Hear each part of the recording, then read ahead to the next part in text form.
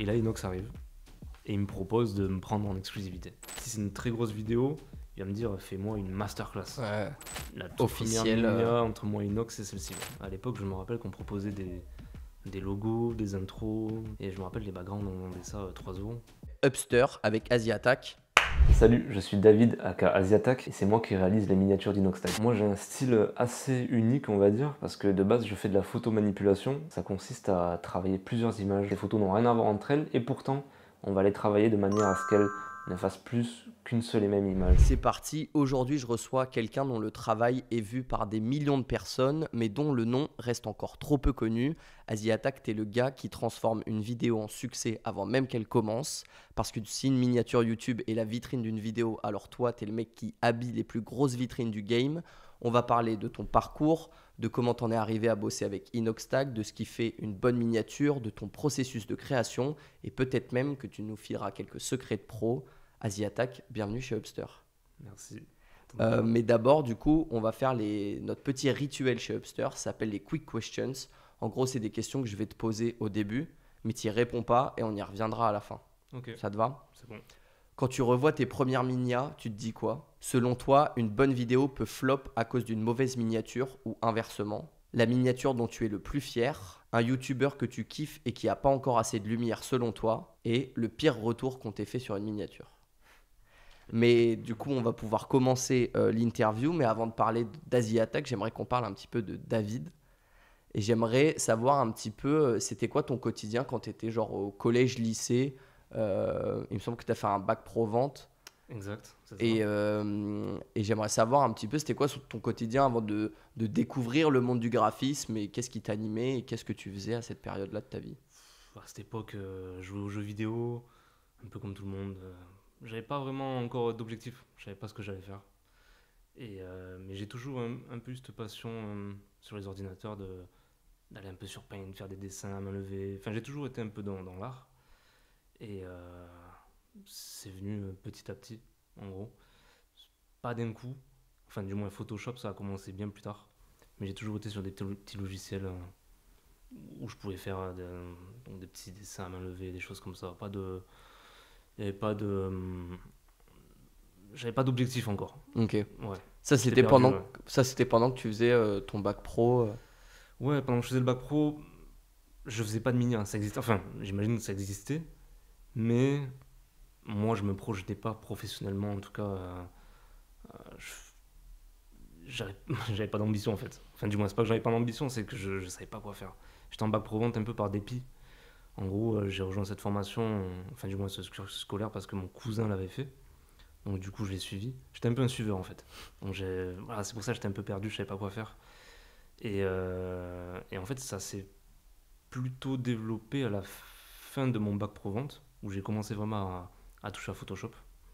Et là, bon, toujours pas de miniature, mais c'est là où j'ai vraiment pris pour passion le logiciel et je me suis entraîné dessus à faire des petites créations, des visuels, des choses comme ça. Et ça, du coup, tu faisais ça pourquoi au début? Je sais pas, genre pour te marrer, pour des potes, pour... Ouais, je faisais un peu les montages photos de la famille, je rajoutais un petit peu, tu sais, des oreilles de lapin, des choses comme ça, un peu pour rigoler, quoi. Donc je faisais des petits montages un peu troll, on va dire. Et en fait, Photoshop, je m'y suis jamais penché trop tôt parce que ça me paraissait être trop compliqué. C'est un logiciel, en fait, Ouais. il y avait tellement plus d'outils que Pictorit, où on en comptait 8 peut-être. Photoshop, il y en a une multitude. Donc j'avais pas passé le cap tout de suite, trop compliqué. Ouais. Ah, Et après, une fois que tu as fait un peu la main sur les autres logiciels, tu t'es dit, bon, bah là, ça y est, je peux passer c'est ça. à plus grand. En fait, il y a eu la transition avec GIMP, où c'était un peu moins complet que Photoshop, mais ça s'en rapprochait. J'ai pas aimé.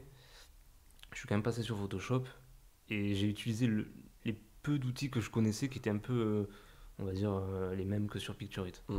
Donc Ok. j'ai essayé de reproduire la même chose sur Photoshop. Et après, petit à petit, en restant sur le logiciel, j'ai appris un peu plus d'outils. Et voilà, maintenant, c'est le logiciel que je préfère. Et après, du coup, là, tu commences à publier un petit peu, notamment sur Twitter, ce que tu faisais, c'est ça? Tes premiers... Je pense que j'ai dû commencer sur Facebook. J'ai Ok. commencé sur Facebook au tout départ. J'avais un groupe de graphisme qui s'appelait Graph Freestyle. Ah, j'ai pas digué aussi loin que ça. Ouais, ça date pas mal. Et c'était un groupe, en fait, où on essaie de regrouper plusieurs artistes, pas forcément des gens que sur Photoshop, mais des dessinateurs ou d'artistes 3D, des choses comme ça. Et c'était un groupe à l'époque qui avait plutôt bien marché. Ok. C'était cool, il y avait une bonne communauté sur Facebook. Donc c'était vraiment avant l'apparition d'Instagram. Enfin, je sais pas si ça existait déjà, mais en tout cas, euh, c'était où en tout cas ça vivait Oui, sur c'est Facebook. ouais, Ouais, ouais, c'était ouais. l'époque où Facebook, ouais, il se passait plein de C'était choses Facebook et Prime, t'avais quoi. t'avais les groupes, t'avais les Exactement, pages, ouais, voilà, ouais. c'est ça. Ok. Donc c'était vraiment à cette époque et le seul endroit où j'ai posté mes créations au Là, début, on est à c'était peu là. près en quelle année à ce moment-là? Je pense que je parle de ça, c'est au moins il y a 13 ans facile, Ok. 12-13 ans. Ok. Ouais, ça remonte, hein. Ouais, donc on est dans les années, ouais, 2010, quoi. Ouais, c'est ça, Ok. c'est ça. Ok, Ça ok. date, ça rajeunit pas. Bon, et il y a un moment où il y a un peu un tournant qui se passe parce qu'à ce moment-là, tu fais ce qu'on appelle des fan art, et notamment pour Inox. Et un jour, t'en postes et il te répond. C'est quoi la suite de ça? Enfin, qu'est-ce qui se passe à ce moment-là? Alors ça a été bien après, Ouais, bien après, ouais. l'époque Ça, Facebook, on est à peu etc. près en 2021, je crois. Je Fin pense, 2021, début ouais, ça doit 2022. faire. Le premier fan art, je pense qu'il date de 4 ans pour Ouais, Inox. Facile, parce que là, ça fait 3 ans que je travaille avec lui. Donc je pense 4 ans minimum le premier fan art. Et entre, donc du coup, il y a 4 ans et il y a 12 ans, enfin 13 ans, il y a une grosse période où j'ai fait une pause. Donc ok. j'étais plus du tout T'étais plus du tout sur graphiste, Photoshop. enfin, tu Ouais, ouais. faisais plus du tout. Qu'est-ce que t'as fait pendant. Parce qu'il y a quoi, Euh, 10 ans qui se sont écoulés? Non, peut-être non, pas peut-être pas autant, autant, mais. parce que j'ai commencé, on va dire, il y a 13 ans, j'ai dû rester dedans 3 ans. Ouais, J'ai dû faire au moins une pause facile de 4-5 ans. ok. Et Ouais. qu'est-ce qui s'est passé? Je pense que j'avais beaucoup d'affection pour le groupe de graphisme sur Facebook. Et à cette époque, je me donnais du mal dessus. Je voulais vraiment faire tout mon possible pour que ça fonctionne, etc. Et je me mettais beaucoup de pression. Et du coup, je pense que j'ai fait une overdose, quoi. Ouais, Vraiment, j'ai saturé, j'ai tout stoppé. Je me suis mis un peu aux jeux vidéo. J'ai commencé à rentrer dans le monde du travail, à travailler dans des petits boulots à droite à gauche. Et j'avais plus aucune liaison avec le graphisme. ok. Si ce n'est réouvrir de temps en temps d'anciens fichiers juste pour regarder, mais c'est tout. Je pratiquais plus. Ouais, t'as fait une overdose du truc. Ouais, ouais, j'ai complètement renié le graphisme. Parce qu'à ce moment-là, tu gagnais pas du tout ta vie avec ça. C'était vraiment du Pas du kiff, tout. des Ouais, potes, ouais, ouais. des. J'avais essayé, hein, j'avais essayé. À l'époque, je me rappelle qu'on proposait des logos, des intros, des backgrounds pour YouTube. À l'époque, c'était des backgrounds. YouTube a bien changé, il a changé son interface. Et je me rappelle, les backgrounds, on vendait ça 3 euros. Ouais. 3 euros, c'était avec des Halopass. Ça Ah date, ouais. hein. Et ouais, donc du coup, je me mettais un peu une pression à ce niveau-là parce que j'avais pas forcément beaucoup de travail, mais j'arrivais pas forcément à, à me vendre. Hmm. Donc quand on me demandait des créations, etc., je faisais souvent gratuit parce que Ok. soit le projet m'intéressait ou j'aimais bien la personne, et du coup, bah, c'est un peu tout ça qui a fait que j'ai tout stop après. Et parce que peut-être à cette époque, tu te disais que c'était pas un vrai métier ou que t'allais pas en vivre, et Ouais, qu'il fallait peut-être avoir un vrai métier entre guillemets. je voyais pas le potentiel d'évolution dans la section dans laquelle j'étais, Ok. dans la photomanipulation. Ouais. Donc c'est quand même une branche du graphisme qui est particulière. On s'en sert, on va dire, jusqu'à maintenant, on s'en servait principalement dans les affiches de films, les Mhm. concept art, les choses comme ça. Bon, moi à l'époque, j'avais pas le niveau que j'ai aujourd'hui, Mhm. donc c'était encore plus compliqué de se Ouais. projeter. Et pour ces carrières-là, de concept artiste, etc., il fallait quand même faire des études et avoir pas mal de connaissances. Donc moi, je voyais pas forcément le potentiel d'évolution et c'est pas non plus ce que je visais d'être concept artiste. Donc c'est pour ça que je faisais vraiment ça par passion avant tout. Après ça s'est un peu transformé des petits billets à droite à gauche, mais c'est C'est tout. tout. Ouais. Et qu'est-ce qui fait qu'après cette pause, 4-5 ans après, tu réouvres Photoshop? Je m'en souviens, j'étais technicien à la montagne dans un hôtel.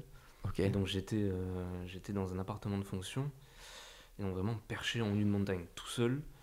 Euh, Il n'y avait pas grand monde autour de moi, donc j'étais vraiment seul, j'avais pas d'amis, rien du tout. Je faisais une saison de 6 mois et j'avais quand même pris mon ordinateur. Mais pas de connexion internet, rien, donc je peux pas jouer en ligne à des jeux vidéo, rien du tout. Je lisais un peu, mais du coup j'ai réouvert Photoshop. Et je me suis dit, bah, je vais tuer le temps. Mhm. Je vais tuer le temps, je vais essayer de m'y remettre, je vais essayer de faire deux trois créations. Et je me suis repris de passion. En fait, parce que je me mettais pas la pression, je faisais parce que j'avais envie Mhm. et j'étais inspiré.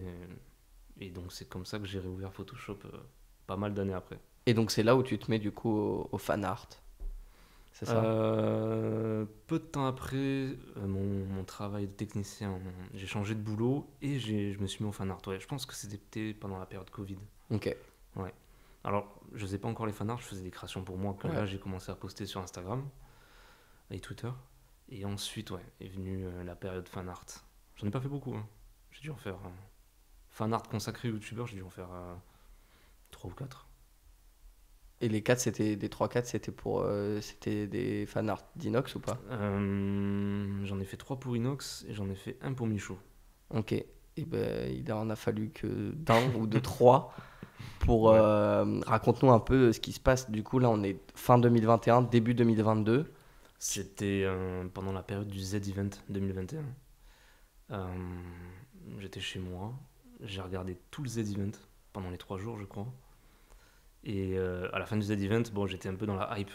J'avais vraiment kiffé. Et je me suis dit, bah, je vais faire un petit visuel. Donc j'ai fait le premier visuel, me concernant en tout cas pour Inox, le premier fan art. Bon, il est passé inaperçu. Mais mon but, c'était pas non plus que ça soit partagé, etc. J'aimais bien faire du Photoshop, donc je faisais ce qui me passait par la tête. Je postais. J'avais pris un rythme où je postais à peu près une création par semaine sur Instagram. Ok. Donc il fallait que je trouve des idées. Ouais. Voilà, donc je faisais ce que j'avais envie, ce qui m'inspirait. Et celui-ci, du coup, il est passé inaperçu. Personne m'a pas trop calculé dessus. Ensuite, il y a eu la création One Piece avec Inox et la sirène. Et ensuite, il y a eu. Alors, d'ailleurs, celle-là, elle avait bien marché. Inox m'avait repartagé et Andrea aussi. Et c'est là un peu où Inox m'a repéré, je pense. Ok. Et ensuite, il y a eu la création Cyberpunk avec Inox et Andrea aussi. Et celle-là, vraiment, ça a été longtemps une de mes meilleures créations. Et d'ailleurs, je me disais tout le temps, j'arriverai jamais à faire mieux. Et celle-là, c'est où Inox m'a contacté et il m'a demandé si j'étais chaud pour travailler sur une de ses prochaines miniatures, qui était la miniature de la Réunion, Ok. de l'île de la Réunion. Ouais. Donc ça a été notre première collaboration ensemble. Donc c'est celle-là la toute première La toute officielle. première minia entre moi et Inox, c'est celle-ci, ouais, l'île de la Réunion. Ok. Ça, c'était suite du coup à la création Cyberpunk. Et ça, du coup, il t'envoie quoi? Un message sur Twitter, sur Insta Ouais, alors déjà, il me reposte sur la création Cyberpunk. Andrea aussi, il m'envoie un message, il me met un commentaire. Donc il y a eu beaucoup d'interactions. Ouais. D'abord, il m'a envoyé un premier message pour me dire que il adore, qu'il a kiffé. Et ensuite, il me propose clairement, enfin, il me dit au départ, je vais probablement avoir besoin de toi. Reste à l'affût en gros. Ok. Voilà. Donc j'avais pas eu tout de suite l'indication comme quoi j'allais faire une miniature. Je savais pas encore ce que j'allais faire. Je pensais peut-être une bannière YouTube ou je sais pas, mais j'imaginais pas du tout les miniatures. Parce que je pense qu'encore à cette époque, j'avais pas commencé à en faire de miniatures. Ok, ouais. Ouais, ouais. Et c'était encore un game où on se Ouais. disait pas, il y a des gens Ouais, forcément c'est ça. qui bossent. Parce que Inox, ça a pas été mes premières minions. J'ai commencé avec d'autres youtubeurs avant. Ok. Voilà. Avec qui par exemple? Le tout premier, ça a été The Kairi 78. The Kairi 78. De base, je faisais ses montages vidéo.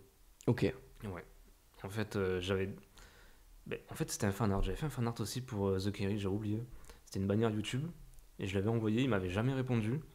Et un jour, j'ai vu que dans mes mails envoyés, l'historique, j'ai vu qu'il y avait ce mail-là et j'ai décidé de le renvoyer. Et là, j'ai une réponse de son manager. Et il me dit clairement, écoute, on n'a pas besoin de graphiste. Par contre, on est en galère de monteur vidéo, donc si tu veux, tu peux nous filer un coup de main.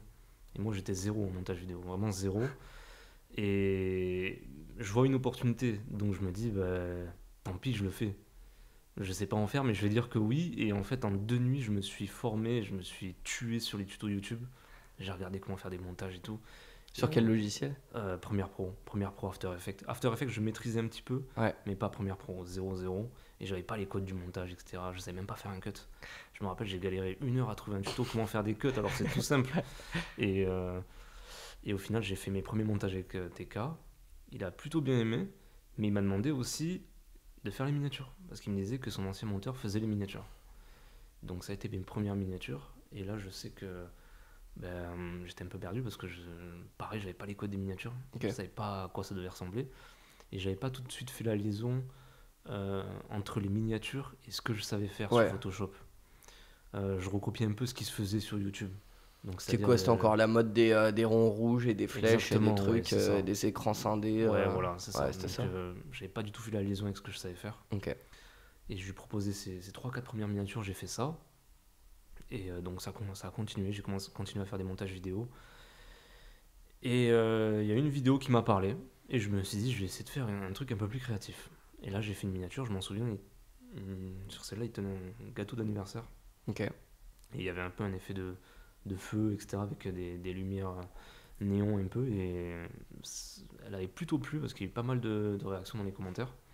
Et je sais que suite à ça, il y a d'autres youtubeurs qui m'ont contacté pour faire des types de miniatures un peu plus créatives comme ça, Ok. des mises en scène, des choses comme ça. Donc ça a commencé comme ça. Je sais que le premier youtubeur avec qui j'ai travaillé, c'est TK.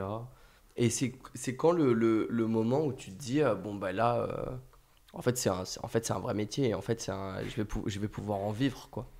Tu te dis ça déjà avant Inox? Tu te dis ça ou ça a vraiment changé d'envergure quand tu commences à bosser pour Inox? Je pense qu'Inox, je, je sais pas. En vrai, je sais pas parce que je m'en suis pas rendu compte. Quand TK m'a pris sous son aile, j'étais en galère. Vraiment, j'avais plus aucun revenu. Je venais de me séparer.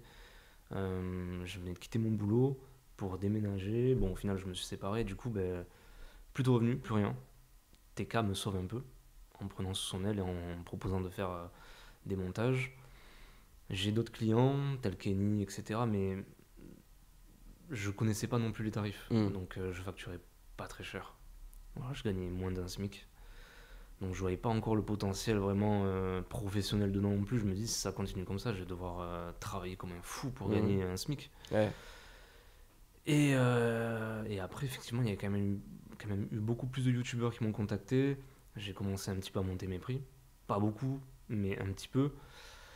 Et là, je me suis dit, bon, j'arrive à sortir un salaire. J'arrive à sortir le même salaire que je faisais quand je travaillais au casino ou à la montagne. Mm.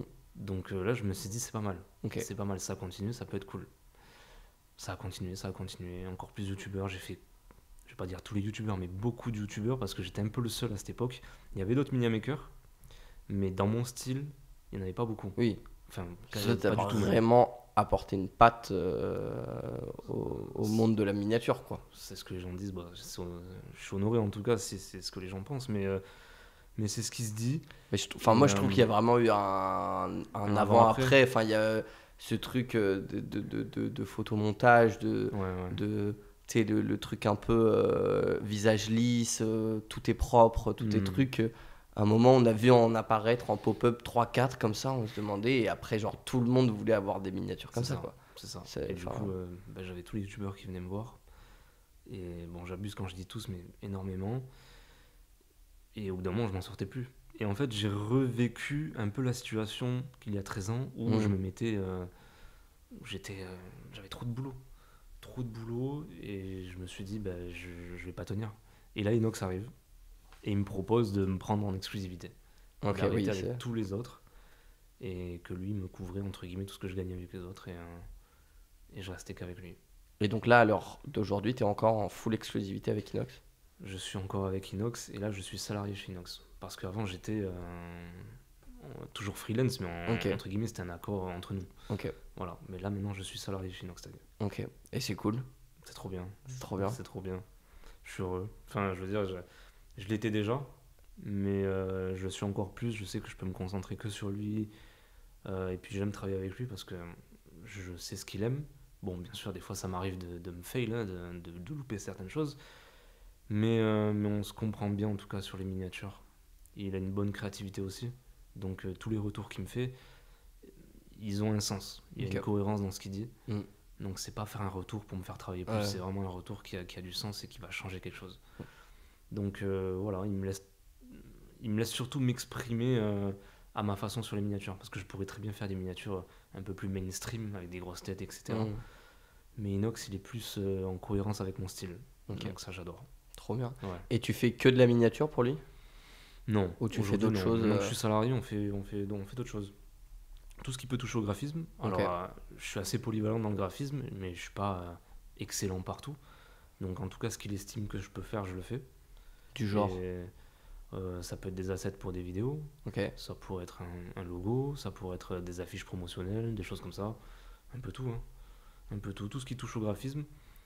Après, quand il faut pousser et que ça devient plus commercial, dans le sens où ce sont des choses qui vont être commercialisées ou autres, là voilà, il vaut mieux quand même que ce soit un graphiste, on va dire, plus spécialisé dans cette branche-là que moi. Ouais, ok. Voilà. Et ça ressemble à quoi une journée de travail avec Inox? Déjà, est-ce que tu as des bureaux, maintenant que tu es salarié, vous êtes dans des bureaux ou tu as toujours ce mood un peu freelance où tu bosses de chez toi ou d'un peu Ouais, partout j'ai toujours ce mode un peu freelance. Euh, Inox a des bureaux, bien sûr. Je peux très bien les travailler là-bas quand je veux. Mais je travaille depuis chez moi. Ok. Une journée type, c'est. Alors, moi, j'aime beaucoup travailler la nuit. C'est Ok. où je suis le plus créatif. Donc, je commence mes journées à 14h. Je termine à 19h. Je reprends à 22h30. Et je termine à 3-4h du matin à peu près. Voilà, c'est comme ça. J'ai pas. Actuellement, c'est mon rythme. Parfois, ça change. Parfois, je me lève plus tôt, je me lève à 6h. Et je termine ma journée plus tôt. Hmm. Mais là, actuellement, c'est mon rythme et j'aime bien. Je suis beaucoup plus créatif la Parce nuit. qu'il y a personne qui, Ouais. qui est là pour te. En fait, je sais que la nuit, il n'y a rien qui peut me perturber. Ok. Je sais que je vais pas bouger, je vais pas aller dehors, on va Ouais. pas m'appeler pour aller manger ou quoi que ce soit. Je suis chez moi, je travaille, on m'embête pas, il n'y a pas grand monde de réveillé, on m'envoie pas des messages, je suis pas distrait. Et c'est où je travaille le mieux.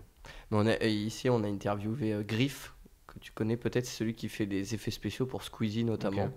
Et pareil, il a le même rythme, il adore bosser toute la nuit, etc. Ouais, moi je peux comprendre, hein, clairement. Il y a un côté un peu travail de l'ombre déjà, et en plus. C'est ça encore plus. Ouais. Ouais.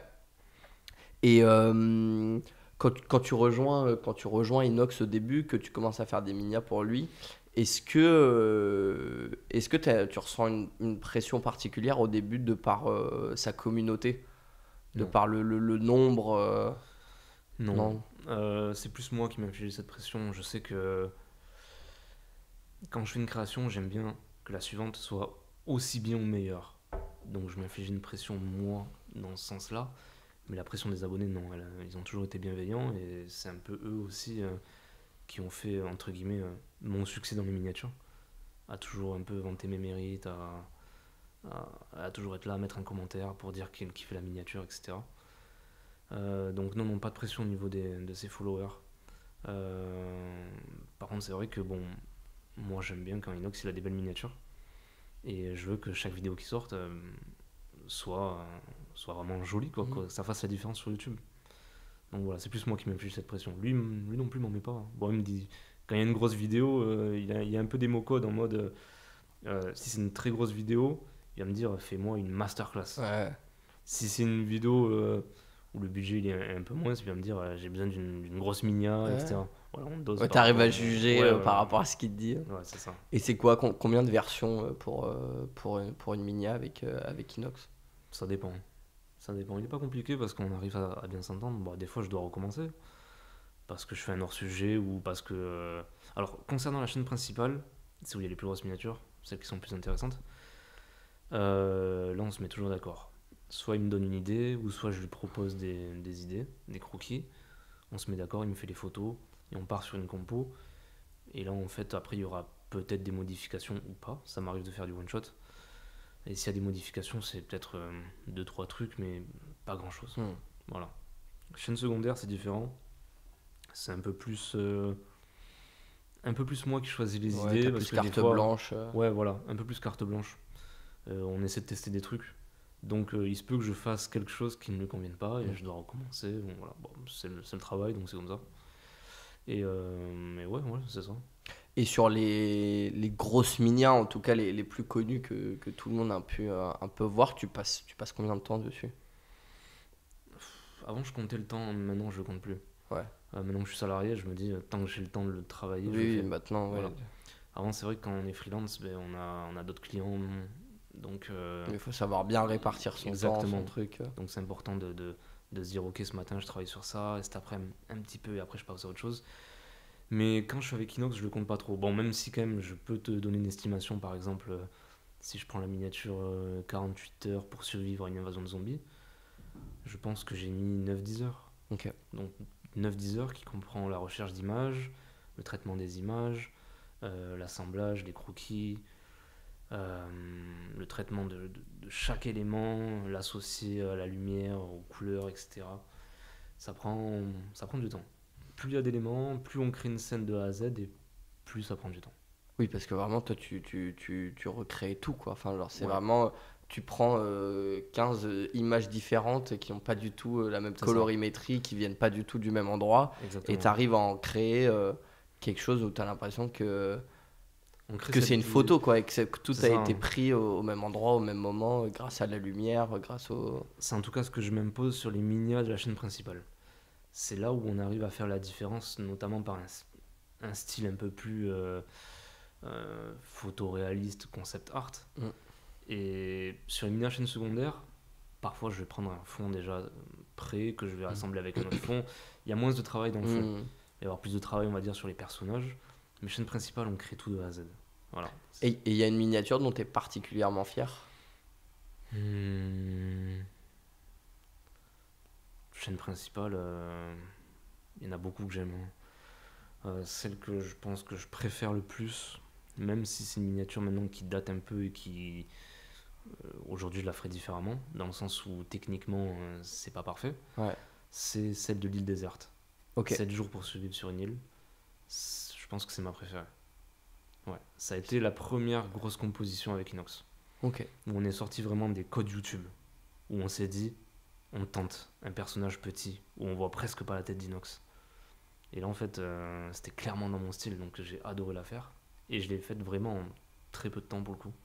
J'ai dû la faire en 4 heures. En 4 heures, et ce qui est quand même pas mal pour une miniature comme ça. Enfin, je veux dire, c'est. Oui. Moi, je travaille quand même lentement, dans le sens où j'aime bien prendre mon temps, bien rechercher les images et tout. Et celle-là, je l'avais fait assez rapidement et j'étais très content de moi à l'époque. Bon, aujourd'hui, je la ferai différemment. Et t'expliques comment ce changement global au niveau de YouTube de, de cet attrait pour les miniatures? Enfin, déjà, le terme Minia Maker, il y a 2 ans, Ouais, pour le grand public, inconnu, per- hein. personne connaissait. Ah ouais, bon, encore Pers- aujourd'hui, je pense, mais oui, même encore aujourd'hui, aujourd'hui, ça reste ouais, très niche. clairement. Mais bon, m- n'importe qui voit que les miniatures sont quand même un peu travaillées, etc. Et que tu peux te douter qu'il y a des gens qui bossent dessus. Mais comment t'analyses ce changement là dans ces dernières années? Déjà, dans un premier temps, d'un point de vue DA, où on a vu que la DA elle a changé. Et ensuite, d'un point de vue où bah, c'est un métier de faire des miniatures, quoi. Ouais. Je pense qu'il y a eu un style tellement différent qui est apparu avec les minias que j'ai pu faire pour certains youtubeurs que, comme tu as dit tout à l'heure, c'est un avant-après. C'est-à-dire que il y avait que les minias mainstream et là, boum, d'un coup, les minias créatives. Je pense que les gens se sont dit, moi aussi j'en veux une. Si c'est Mm. possible, moi aussi j'en veux une. Et petit à petit, il y a eu de nouveaux minias makers qui sont apparus et qui ont tenté aussi de reproduire le style. Beaucoup qui s'entraînent encore aujourd'hui pour travailler dans ce style-là et beaucoup qui y arrivent. Et bah, je pense qu'aujourd'hui, ça y est, c'est en place. Je sais pas quelle sera la prochaine méta, mais là, c'est vrai que je pense qu'on pourrait jamais retourner à l'ancien YouTube. Enfin, du moins, ça marche toujours pour certaines vidéos, mais il y a des youtubeurs qui ne pourraient pas. Mm. Aujourd'hui, c'est un gage de qualité aussi, une Bien miniature sûr. travaillée. Bah, c'est la première chose qu'on voit déjà Clairement, sur le feed, ce qui une va te donner miniature envie, où quoi. on met juste un screen de vidéo, on se dit, bah, il y a dû laisser aller, quoi. Ouais. Voilà. Donc c'est un peu. Maintenant, YouTube aussi s'apparente de plus en plus à des plateformes de streaming, on va dire. Peut-être c'est un peu extrême, mais en tout cas, Bah, moi, j'ai la discussion avec pas mal de gens. On est assez d'accord sur le fait que YouTube, c'est devenu la télé d'aujourd'hui. c'est Enfin, ça. la télé d'hier, c'est YouTube. On le voit bien. Enfin, Ouais, les ouais. gens de notre génération, en tout cas, ils regardent YouTube sur leur télé. Hmm. Et c'est vraiment le soir, tu te poses devant YouTube. Là où la génération de nos darons, ils rentraient chez eux, ils se posaient devant la télé, quoi. C'est ça. Donc, enfin, ça a quand même pas mal changé dans les mœurs. Ouais, ouais. Donc il y a des grosses vidéos quand même qui. On pourrait dire c'est pas comme un film, mais en tout cas, Ouais, certaines créations d'Inox peuvent s'apparenter à un film, clair. vu que ça dure 1h30. Donc Mm. il faut quand même une miniature Mm, mm. qui en jette. Rien à voir. Est-ce que tu utilises l'IA, toi? Aujourd'hui, ça m'arrive, ouais. Ouais. Aujourd'hui, ça Pour des m'arrive. petits trucs Ouais. sur Photoshop avec les. Principalement dans la génération d'assets. Ouais. Donc, c'est-à-dire que aujourd'hui, grâce à l'IA, on peut être un peu plus créatif. Si on veut tenter des perspectives basses, hautes ou différentes, on peut grâce à l'IA dans le sens où on va pouvoir générer des images qu'on ne va pas trouver sur Internet. Ok. Si je veux une image en contre-plongée je ne sais pas, d'une vue d'un train qui avance à grande vitesse, je vais peut-être avoir du mal. Sauf si ça a été pris avec un drone, mais est-ce que la photo me Ouais. conviendra? Je sais pas. Grâce à l'IA, je peux créer un asset qui se rapproche de mon idée. Et je peux le réutiliser comme si c'était une photo. Ouais. Donc, je m'en sers dans ce sens-là. Je m'en sers pas pour générer une minia dans son entièreté. Oui, De toute façon, j'imagine. ça serait compliqué parce que s'il y aurait des retours, ben, il faudrait que je redécoupe tout et que voilà, il y aurait plus de boulot Ouais. qu'autre chose. Donc, ouais, je m'en sers pour la génération d'assets. Et aussi améliorer certains éléments tels que des photos, des choses comme ça. Des fois, on a des photos floues et l'IA peut aider à retravailler un peu les pixels, les textures, les choses comme ça. Donc, ouais, ça aide bien. Et toi, ça te fait peur, cette émergence, ou au contraire, tu te dis, bah, en fait, ça va être, ça va me permettre de faire encore plus de trucs, et non, ça va pas me voler mon travail. Là, hier, il y a ChatGPT qui a sorti un nouveau feature, là, J'ai vu. C'est violent. c'est violent. C'est très violent. Très, très violent. J'ai eu peur au début. Au début, j'ai eu peur. Ouais, Je me sentais un peu menacé, je pense, comme tout le monde. Et j'arrivais pas encore à voir le potentiel de l'IA. Je voyais pas comment je pourrais m'en servir aujourd'hui pour les miniatures. Là, ça a bien changé quand même. J'ai compris qu'on pouvait s'en servir comme outil et que c'était quand même agréable de travailler Mm. avec. Mais j'aurais préféré que ça n'existe pas pour Ok. les images. Je reste là-dessus. J'aurais préféré pouvoir tout travailler de moi-même. Je peux encore, mais le problème, c'est que Mm. beaucoup d'autres utilisent l'IA. Oui, et tu vas pas te tirer une balle Et dans le pied c'est ça. juste pour pas l'utiliser, alors que ça peut t'aider à faire des trucs, quoi. Je suis obligé de l'utiliser, Ouais. au moins pour l'amélioration de l'image, au moins pour créer des assets plus créatifs, pour rester, on va dire, à niveau. Les autres l'utilisent et du coup, il y en a qui deviennent très très bons qu'avec l'IA, il y en a qui utilisent plus d'IA que Photoshop. Et malheureusement, aujourd'hui, quand on n'a pas forcément l'œil créatif, il est difficile des fois de voir la différence entre une minia créée entièrement sur Photoshop et une minia IA. Voilà. Donc, ouais, on est obligé de s'y mettre. Tu la vois comment, la suite? Je sais pas. Ben là, comme ChatGPT vient de sortir, c'est encore une avancée incroyable. Je sais même pas comment je vais pouvoir m'en servir. J'ai pas encore exploité ça, mais ça fait peur. Ça fait peur. J'ai envie qu'il me reste du travail.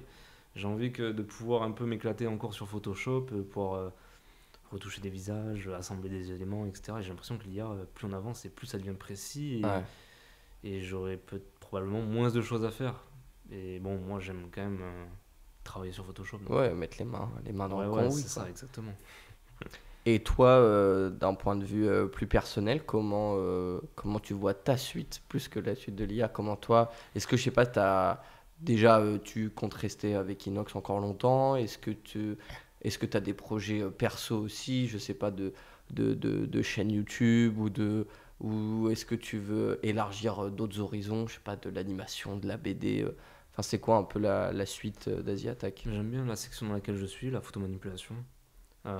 Aujourd'hui, j'aurais pas dit non à être concept artiste, mais je suis bien chez Inox, je suis très bien, et je me lie un peu à ses projets, donc il a toujours plus de projets, et des projets grandissants, encore plus impressionnants, donc pour l'instant, je me vois pas autre part. Je suis bien et j'espère que ça continuera. Je pense que pour l'instant, je dépends un peu de lui, donc on verra bien jusqu'où il ira, mais je le suivrai très probablement s'il veut toujours de moi, donc voilà, j'espère que ça continuera.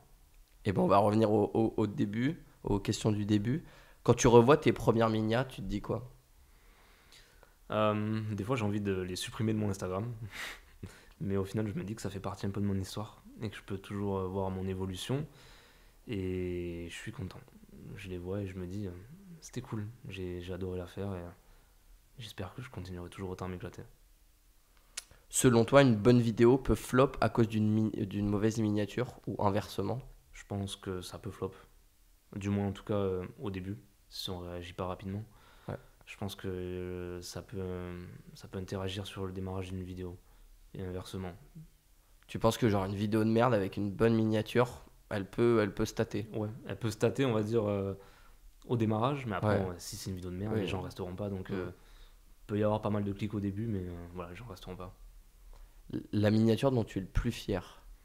On en a déjà un peu parlé, mais Je dirais l'île déserte, le dernier survivant, et bien sûr Kaizen, hein. La miniature de Kaizen. Je pense oui, que parce que même l'affiche aussi, c'est toi. c'est ça. Ça, c'est La fiche stylé. Kaizen. Parce qu'en miniature, on a fait de la B-test, donc il y a eu 3 ou 4 Ouais, miniatures. 3 ou 4. J'aurais préféré que ça soit celle du cinéma qui gagne, la fiche officielle. Bon, ça n'a pas été le cas, mais en tout cas, ouais, la fiche officielle, c'est, je pense, ma plus grande fierté. Parce que sur la B-test, ça c'est un truc que je sais pas, sur la B-test, il y en a une qui gagne, entre guillemets, à la fin. C'est ça.